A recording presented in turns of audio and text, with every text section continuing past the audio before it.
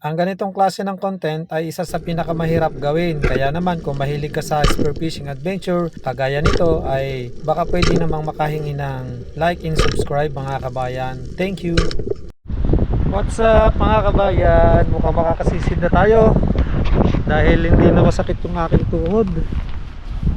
Magaling na. Hindi na rin masyadong masakit. Spot natin pagkilatan. Spot na brogan. Sila na mga palagi sa kanyang sa isla. Tsaka dito sa may gilid ng parola kina bro Ian Lester. Subok tayo dito. Ang lakas ng agos nahuli kaya ang immortal dito. Sana kahit isa lang na tribali pang ihaw. So yun mga kabayan, abangan nyo yung ating mahuli. May susunod daw na ka-espero natin si Bro J. Shoutout sa pagsusunod dito. Sana makita mo yung ating lokasyon. Ayun mga kabayan, dito tayo at sapa ang yun mga kabayan, kita na lang tayo mamaya. Dadaig na ang immortal sa natin. Ang oras natin ay 9:17. Magsusubok lang tayo kung meron. Ayan ulit. Paana natin. At ito na mga kabayan, warm up dive tayo dito sa 10 meters siguro yung aking pagkatansya dito sa lalim nito. Maganda naman yung visibility ng tubig mga kabayan at napakalinaw. At pag drop natin dito mga kabayan, yung lagi nating ginagawa ay mag fish call. At isa-shout out lang natin yung mga taga Pagkilatan, Batangas. Shout out po sa inyo. At nagsisid ako dito sa inyong dagat. At ito na mga kabayan, hindi nga nagtagal ay lumapit na kagad tong talakitok. At iilag pa mga kabayan, kaya naman dali-dali ko siyang hinabol para mapana ko. At ayun, sa pool siya mga kabayan. Replay natin. At medyo daplis yung pagkatama mga kabayan. At dali-dali na kagad akong umahon pa ibabaw. At binitbit ko na yung isdang ito dahil hindi naman siya ganun kalaki. At hindi ko na binigyan ng line. At pagdating nga natin dito sa ibabaw mga kabayan ay dali-dali ko nang hinatak. At para makuha na natin tong ating napana. Nakaisa na kagad tayo dyan mga kabayan. Alas 10 nga pala tayo nagsimulang mamana ng umaga. Kita nyo naman mga kabayan, daplis lang. Napakaswerte ko talaga ngayong araw na ito dahil kahit daplis lang ay nahuli ko pa rin. Para sa akin talaga itong isdang to. At hindi nga nagtagal mga kabayan ay nakapagpahinga na uli ako. At agad na uli akong naghanda para sumisid sa pangalawang sisid ko. Shout out nga pala sa mga espiro dyan na laging namamana. At lagi po tayong mag-iingat sa ating bawat pagsisid. Dahil sa ating pagsisid ay talagang delikado mga kabayan. Lagi tayong magtitira ng pang-ahon para siguradong safe yung ating pamamana. At huwag natin pipilitin kung hindi natin kaya. Mas mabuti pa na umahon na lang tayo kaysa madisgrasya tayo. At eto na mga kabayan, nag-fish call nga tayo at lumapit kagad yung ating target. At napana nga natin dyan mga kabayan ng napakaganda. Tagusan yung ating shop mga kabayan, yung bala ng pana. Yung bala nga pala ng pana ko mga kabayan ay pinaltan ko na, dating stainless to ay ginawa na nating makunat na bala, yung Salbimar mga kabayan. At kung may budget ka nga pala at ikaw ay namamana din na kagaya ko, ay mas maganda na bumili ka ng bala na matigas kasi hindi ito basta-basta nababaluktot mga kabayan. Kaya naman kung ikaw ay makapana ay hindi ito basta-basta mababaluktot. Kaya naman mas mabilis yung iyong pamamana dahil hindi mo natutuwidin yung bala mo. Kita nyo mga kabayan, no? Ang ganda ng pagkatama. Good size. Tagusan yung bala natin. Ang timba nga pala ng isdang ito ay siguro nasa mahigit 2 kilo, 2.5 o 3 kilo. Nakadalawa na tayo diyan mga kabayan. At ayun na nga, nakapagpahinga na ulit tayo at sumisid na naman tayo mga kabayan.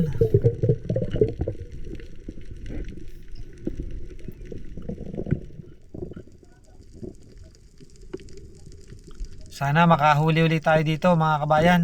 Bali may ka-dive buddy nga pala tayo, yung taga Dasmariñas, Cavite. Shout out nga pala sa iyo bro, si Bro J. Shout out sa iyo Bro J. At pagdating nga natin dito sa ilalim mga kabayan ay yung lagi natin ginagawa ay mag fish call.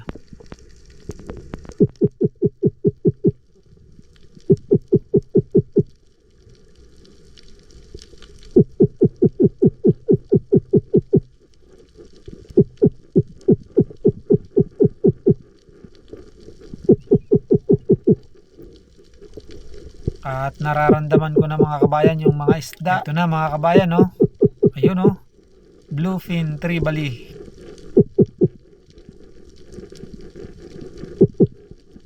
Siguro ay nasa 2 kiluhin yan mga kabayan. Kaso hindi ko pinana yung nasa una dahil nakakita ko sa huli ng mas malaki. Kaya naman yung nasa huli yung pinili ko at napana nga natin mga kabayan. Napakaganda ng pagkapana natin at dali-dali na akong umangat. At hinata ko kagad yung tali, akala ko sasabit pa sa bato. Mabuti na lamang at hindi sumabit yung line sa bato. Kung nagkataon na sumabit yung line sa bato mga kabayan, malaki ang tsansa na makawala yung akin napana dahil nga ay mapupunit yung laman sa tansya ko lang. Kaya naman swerte pa din at hindi sumabit at binata ko na kagad yan para ma-secure na natin yung ating napanang isda. Ayos na naman mga kabayan, nakahuli na naman ako. Ang timba nga pala ng bluefin na ito mga kabayan, bluefin tribali ay 4 na kilo. Kasi tinimbang ko yan nung ako'y umuwi mga kabayan. Medyo maliit lang sa camera pero solid ang laman yan mga kabayan at napakasarap niyan. Ayun na nga pala yung aking dive buddy na si Bro J. Shout out sa iyo bro. Medyo malakas nga pala yung alon mga kabayan at may agos din. Kaya naman na sumisid na ulit tayo mga kabayan. Medyo matagal-tagal na kaming sumisid dyan mga kabayan at napapagod na rin ako mga kabayan. Kaya naman malapit na tayong matapos sa ating pamamana. At pag fish call nga natin mga kabayan, hindi tayo nabigo. Lumapit kagad itong isang talakitok at sa pulyan mga kabayan, no? Tagusan na naman yung bala natin. Ang timba nga pala niyan mga kabayan ay nasa 2 kilo lang. Kung bakit ko nalaman ay pag uwi ko kasi tinitimbang ko yan mga kabayan isa-isa. Ayos, nakahuli na naman tayo. Bali pang-4 na huli na natin to mga kabayan. Ito na mga kabayan, no? Ayos na ayos yung ating pamamana kahit medyo matagal tayong hindi nakapamana dahil nga na-aksidente ako, ay nabiyayaan pa rin tayo at nakakasisid pa rin ako ng malalim-lalim. Ito na mga kabayan, pagka-secure natin ng isdang yon ay sumisid na ulit ako. Medyo aalatin yata ako sa pagkakataon na ito mga kabayan. Hindi ko gaalam kung bakit hindi ko tinamaan tong bluefin na ito mga kabayan. Halos kasing laki ng isa na napana ko na bluefin mga kabayan. Panoorin natin mga kabayan kung bakit ako sumablay sa pagkakataon na ito. Hindi rin ako makapaniwala kung bakit ako sumablay sa pagtira ko ay tutok na tutok naman yung aking pagkapana. Pero nung pagkalibit ko ng trigger, aba hindi ko tinamaan. Parang ako'y nagtataka talaga. Bandang kanan ko mga kabayan dumaan yung isda, oh. Ayun.